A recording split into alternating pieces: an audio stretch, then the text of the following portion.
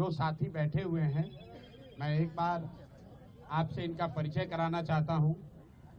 ये वो छात्र हैं जो इस पूरे आंदोलन में या तो इसके कोर डेलीगेशन के मेंबर हैं या स्वयं अनशन पर धरने पर बैठे रहे हैं गर्दनी बाग में, या जो लोग ये पिछले 3 दिन से जो सरकार से बातचीत करने का प्रयास शुरू किया है उसके सिग्नेटरी हैं।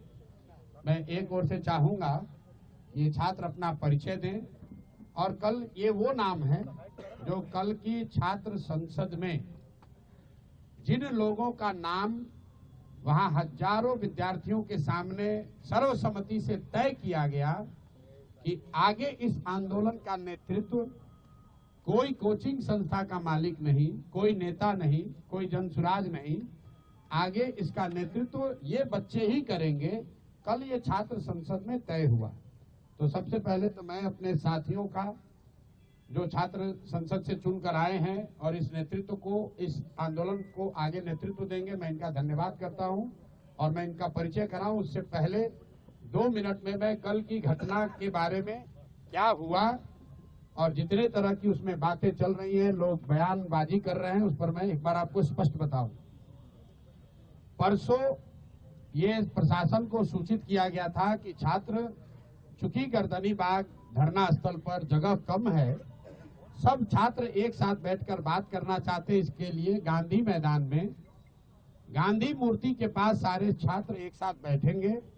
वहीं पर छात्र संसद में ये तय किया जाएगा कि आगे का रास्ता क्या होगा।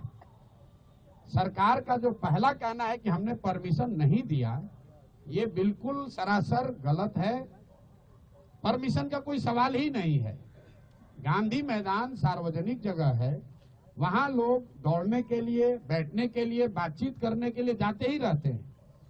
अगर सरकार, इतने बड़े बड़े बंगलों में सरकार के मंत्री पदाधिकारी रह रहे हैं, ये बच्चे कहां जाएंगे बात करने?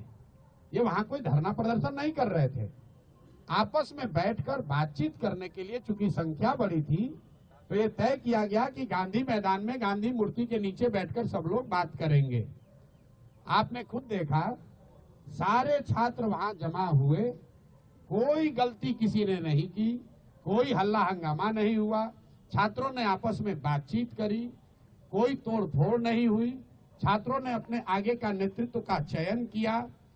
फिर वहां से हम लोगों ने तय किया कि सरकार को अपनी मांगों को देने के लिए हम लोग जाकर उनको ये ज्ञापन देंगे।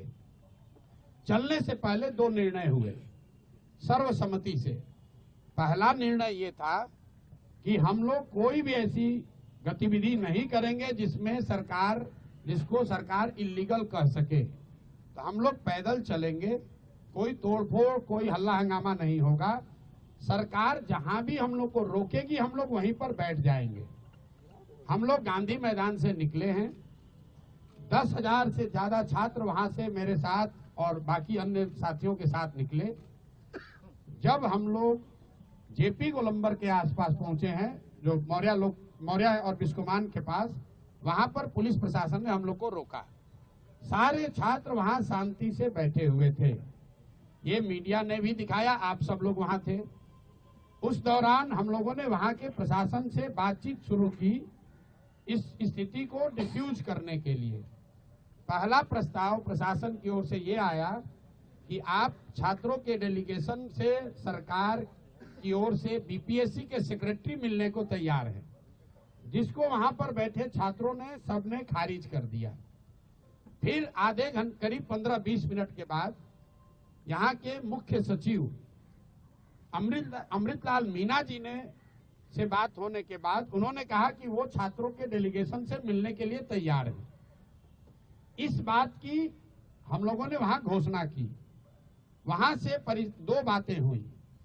एक तो पब्लिक एड्रेस सिस्टम बड़ा नहीं होने की वजह से, क्योंकि वहां बहुत बड़ा कोई माइक तो था नहीं, वहां पर ये घोषित किया हमने कि भाई 5 साथी आपके बीच से जो हमारे अगल बगल बैठे हैं, ये लोग मुख्य सचिव के यहाँ जाएंगे, बात करेंगे और जो नतीजा निकलेगा, अगर छात्रों के मनोनुकूल हो तो उसको स्वीकार किया जाएगा, अगर छात्रों के मनोनुकूल न हो तो फिर आगे का आंदोलन चलता रहेगा। वहां से मैंने छात्रों से अपील की कि सारे लोग, आप लोग चलिए, जिसको घर जाना है घर जाइए, जिसको वापस गांधी मैदान चलना है गांधी मैदान चलिए। वहां से मैं निकला हूं और बिस्कोमान पर मैंने फिर मीडिया के कई साथियों को वहां पर ये सारी बातें मैंने बताई है। फिर बिस्कोमान से गांधी मैदान वापस जाकर हम 45 मिनट तक बैठे रहे हैं और मेरे साथ जिन लोगों को भी, जो छात्र भी हमारी बात सुन पाए थे, वो सब छात्र हमारे साथ वापस वहां गए। 10,000 से ज्यादा का जो क्राउड था उसमें आधे से ज्यादा लोग अब चले गए। 1,000-2,000 लोग वहां टिके रहे। उसमें अलग अलग मत के लोग थे।